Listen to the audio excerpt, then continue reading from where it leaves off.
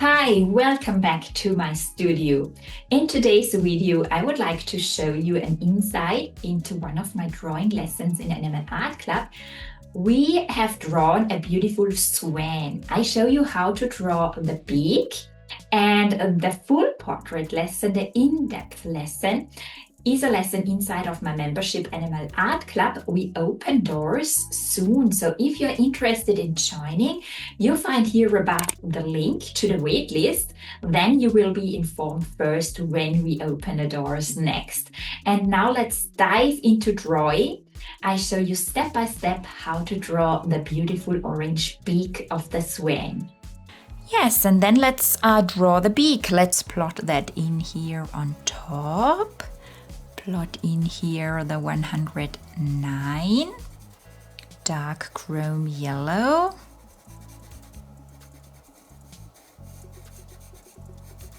And in the middle, let's take 113, orange glaze, and bring that in here. So in the middle, you can mix the layers together, let the layers overlap.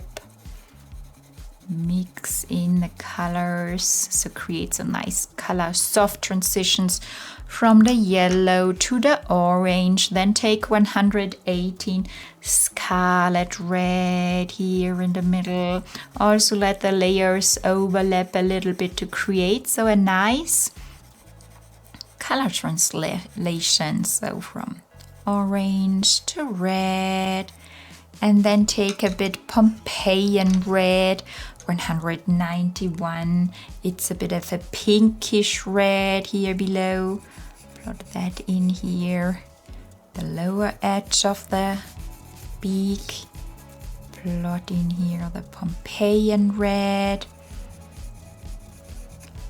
And then take a paper stamp and blend over it. So I take a cleaner paper stamp and blend, so over the red, over the pink red, over the orange. Be careful when you blend towards the black that you don't mix the black into the brilliant orange yellow colors. We can also take the yellow 106 for brightening up the upper part, the yellow part a bit, or here, let's say here, so close to the black. Here you can brighten up the beak a bit more with yellow, add a bit contrast. Swipe over gently. Also here. Use very little pressure. Let's take then the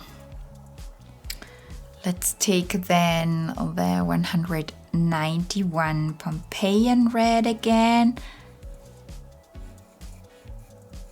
I swipe here over once more, make that a little bit thicker, the layer. And then let's take the rose camine, 124 rose camine. It's a lighter color, and brighten up the lower part here of the beak a bit. Make it a bit more pinky. We can even brighten it up more with white, 101 white. You know, you can mix the colors directly on the paper. If the rose camine is not brilliant enough, add a layer, it is on the paper, and then use the white and mix in a layer of white, and then you can brighten up here the lower part of the beak, or add here so a brighter line on the right. And here we have a highlight. There I press a bit more and then blend over with the white. So we have here a brilliant highlight area. Reduce then the pressure, brighten up these parts a bit here that we have here, so a darker line. Also around the black front part, it can be a bit brighter. Brighten it up with the white. You also can take then the black and make these. I just correct the shape of this black front part of the beak here once more with a sharp black, make it a bit rounder here. I go over again, and here the tip a little bit upwards. Just correct the parts. We can also draw along that round edge here once more, or also this part, the black stain here can be a bit broader in my case. Then also the black front part is going more rightwards here. Here I go in a bow, in a gentle bow, rightwards, and with very little pressure also go here upwards and downwards and darken the right part of the beak here down with the black once more. Instead of pressing really a lot, I recommend moving the pencil upwards and downwards more often over the same place. Here, add a bit more black. You always can go over your layers again. Move the pencil forwards and backwards. Maybe also, so when we have here that dark part, add some, with very little pressure, some teeny tiny black lines out of it downwards. What we then also need is a bit shadow on the beak. Let's take 179 the Bista and add a bit shadow below that overlapping black round area. Here it can be darker.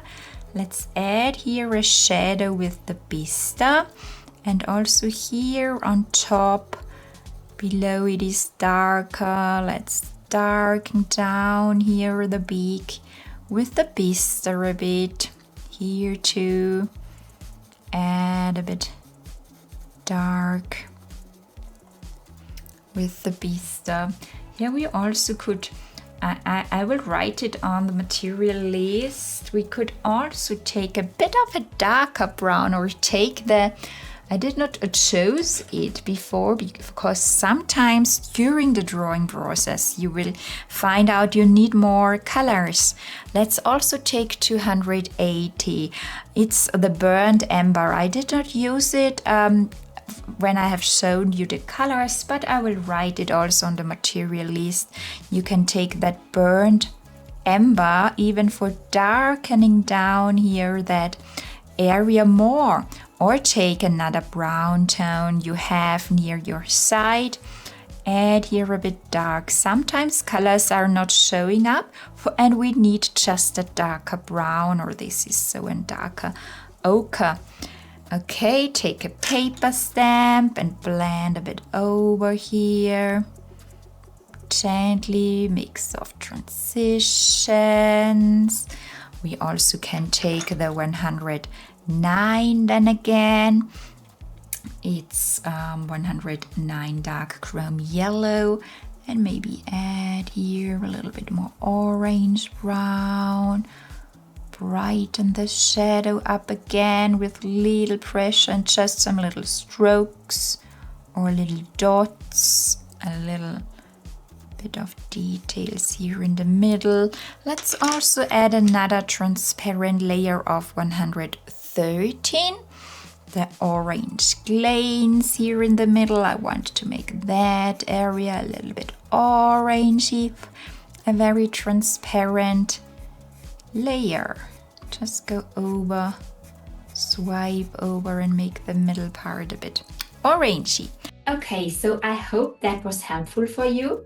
How to draw the a bit complicated feathers I explain in the full lesson that's inside Animal Art Club, my online drawing school and community, where I teach you how to bring animals to life on paper with pastel pencils. You find the link to the waitlist here on top. If you're interested for joining, I inform you then soon when we open the doors. Don't forget to subscribe to my channel if you would like to get notifications when the next video is up. And then I hope I see you soon in the next video with more tips and tricks about drawing animals with pastels.